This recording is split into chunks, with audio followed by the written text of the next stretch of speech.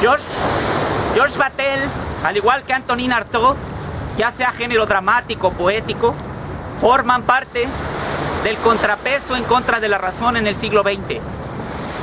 Georges Bataille formó un grupo de filósofos o pensadores suicidas con un compañero de él donde trabajó en el colegio de sociología. Ese grupo se llamaba los acéfalos.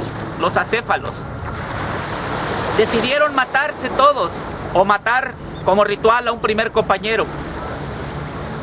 Desafortunadamente todos deseaban morir, pero ninguno quiso matar a otro compañero. Estoy leyendo Lo Imposible. Este libro de Georges Bataille originalmente se llamó Haine à la poésie, que quiere decir odio a la poesía. Debido a que muchas personas entendieron de una forma equivocada esto, lo llamó después Lo Imposible, porque Georges Bataille lo que quería decir es que la poesía solamente puede surgir de un odio o de una verdadera violencia y con una fuerte tendencia hacia lo imposible. De otra manera no puede haber una poesía verdadera. Dice, por ejemplo, en esta edición, página 45, esa región de las muchachas que va de la rodilla a la cintura y que responde violentamente a la espera, nos responde como el inapreciable pasaje de una rata. Lo que nos fascina es vertiginoso. La insipidez, los pliegues y la cloaca tienen la misma esencia ilusoria que el vacío de un abismo en el que se va a caer. El vacío también me atrae, si no, no tendría vértigo, pero muero si caigo. ¿Y qué otra cosa puedo hacer en un vacío sino caer en él? Si sobreviviera a la caída, verificaría la inanidad del deseo, como 1000 veces lo he hecho con la pequeña muerte. Esta es la pequeña muerte de Bataille. Voy a dejarlos ahora con un video de Patrick Deval, que retoma el nombre acéfal de los movimientos del 68 que estaban en contra del exceso de razón. Este video se basa en gran medida en los apremios de este gran pensador, Georges Bataille.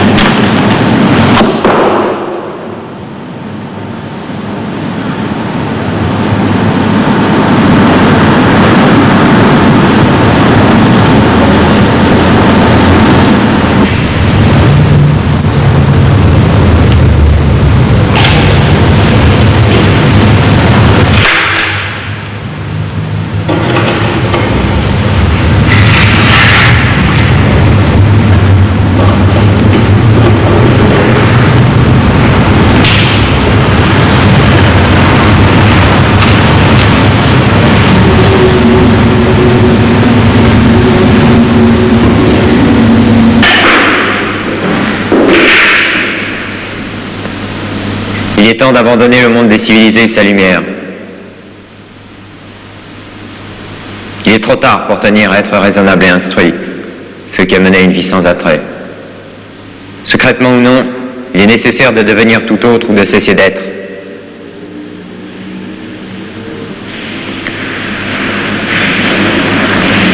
Le monde auquel nous avons appartenu ne propose rien à aimer en dehors de chaque insuffisance individuelle. Son existence se borne à sa commodité. Un monde qui ne peut pas être aimé à en mourir représente seulement l'intérêt et l'obligation au travail. S'il est comparé avec les mondes disparus, il est hideux et apparaît comme le plus manqué de tous. Dans les mondes disparus, il a été possible de se perdre dans l'extase, ce qui est impossible dans le monde de la vulgarité instruite. Les avantages de la civilisation sont compensés par la façon dont les hommes en profitent. Les hommes actuels en profitent pour devenir les plus dégradants de tous les hommes qui ont existé.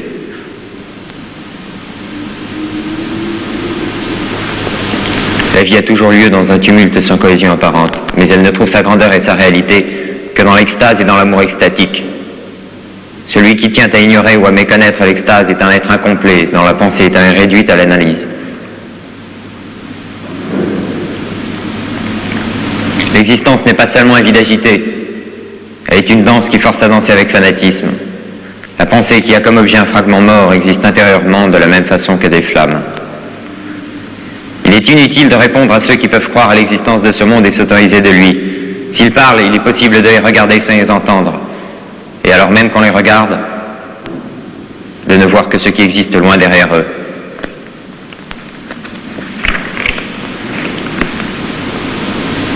Sur ce chemin, il serait vain de s'agiter et de chercher à attirer ceux qui ont des velléités, tels que passer le temps, rire ou devenir individuellement bizarre. Il faut s'avancer sans regarder en arrière, et sans tenir compte de ceux qui n'ont pas la force d'oublier la réalité immédiate. La vie humaine est excédée de servir de tête et de raison à l'univers. Dans la mesure où elle devient nécessaire à l'univers, elle accepte un servage. Si elle n'est pas libre, l'existence devient vide ou neutre, et si elle est libre, elle est un jeu. La Terre, tant qu'elle n'engendrait que des cataclysmes, des arbres ou des oiseaux, était un univers libre. La fascination de la liberté s'est ternie quand la Terre a produit un être qui exige la nécessité comme une loi au-dessus de l'univers. L'homme est cependant demeuré libre de ne répondre à aucune nécessité. Il est libre de ressembler à tout ce qui n'est pas lui dans l'univers. Il peut écarter la pensée que c'est lui ou Dieu qui empêche le reste des choses d'être absurdes. L'homme a échappé à sa tête comme un condamné à la prison. Il a trouvé au-delà de lui-même, non Dieu qui est la prohibition du crime, mais un être qui ignore la prohibition. Au-delà de ce que je suis, je rencontre un être qui me fait rire parce qu'il est sans tête, qui m'emplit d'angoisse parce qu'il est fait d'innocence et de crime. Il tient une arme de fer dans sa main gauche, des flammes semblables à un Sacré-Cœur dans sa main droite. Il réunit dans une même irruption la naissance et la mort. Il n'est pas un homme, il n'est pas non plus un Dieu. Il n'est pas moi, mais il est plus moi que moi. Son ventre est un dédale dans lequel il s'est égaré lui-même, m'égare avec lui et dans lequel je me retrouve étant lui, c'est-à-dire monstre.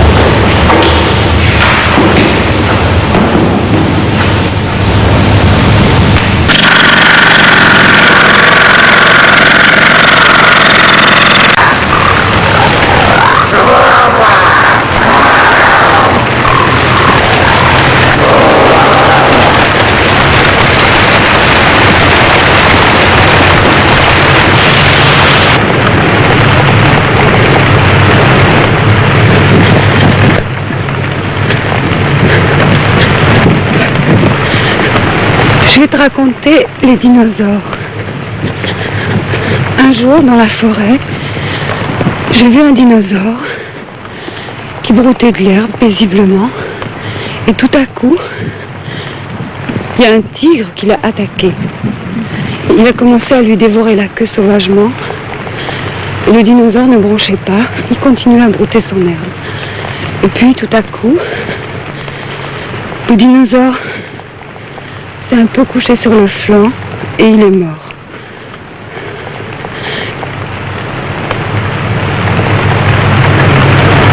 Les dinosaures ont conscience de leur mort, parfois 10 minutes après leur mort physique effective.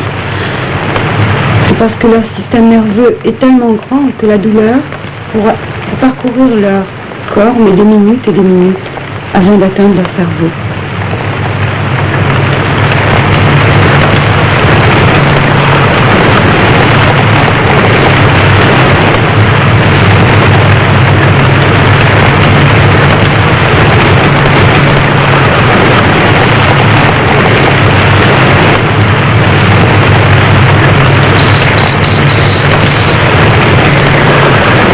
Maintenant, toutes les femmes vivent dans les forêts,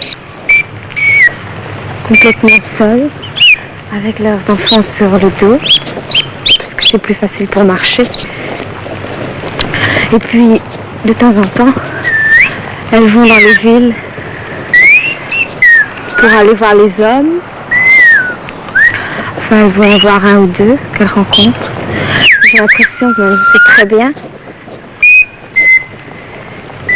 C'est des grands moments d'intensité. Et puis quoi? Elle retourne dans la montagne, un peu plus seule, un peu plus folle.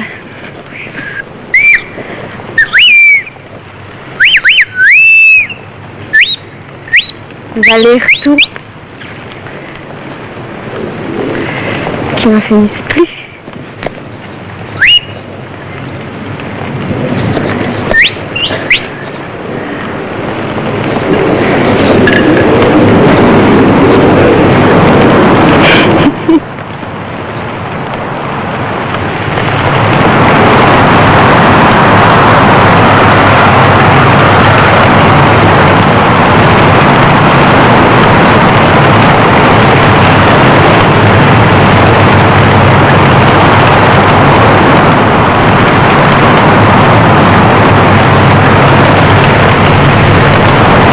Ce qui touche au loin et qui crée.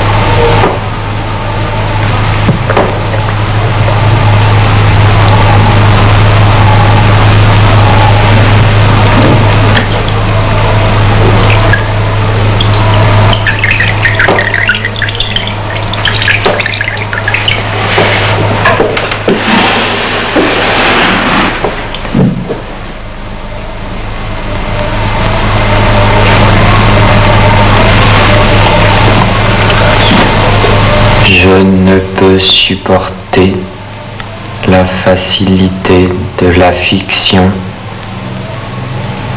J'en exige la réalité. Je deviens fou.